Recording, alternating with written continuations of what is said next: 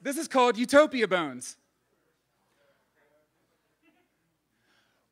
What happens to a blue-collar worker in Utopia? What happens if our bodies won't quit until time whispers its name in our spines?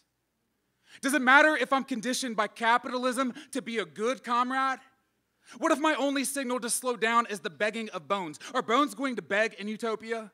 My dad's bones, singed and bent, beg me to sit for a living, but I'm stubborn. I'm going to be stubborn in Utopia. I'm going to be like a mule in Utopia. What kind of walls are in Utopia? What if a pile of bones needs carried to the other side of the walls? What if I was conditioned to be a bone mule? I am a good bone mule. I carry mine everywhere. We inherit erosion as power.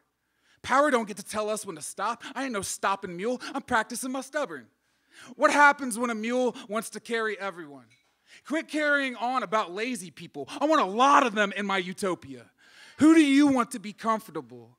Why do you think equality means a measure of discomfort? I want a lot of comfort in my Utopia. What happens if my skin revolts and I carry you anyway? Open wound, swaddle. I want you to be swaddled in Utopia.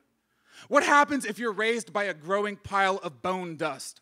What happens if bones and blood are willing to bed down with time? My bones are good at bedding down with time. Who do you want to erode in Utopia? What happens to calloused hands in Utopia? What happens to all these bones in Utopia? Did you know there's a trick to not quitting? It's inheriting the bones of your parents.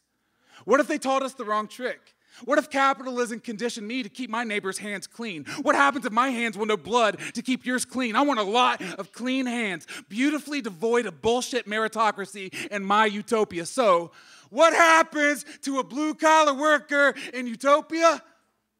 Well, I reckon I work. Thank you.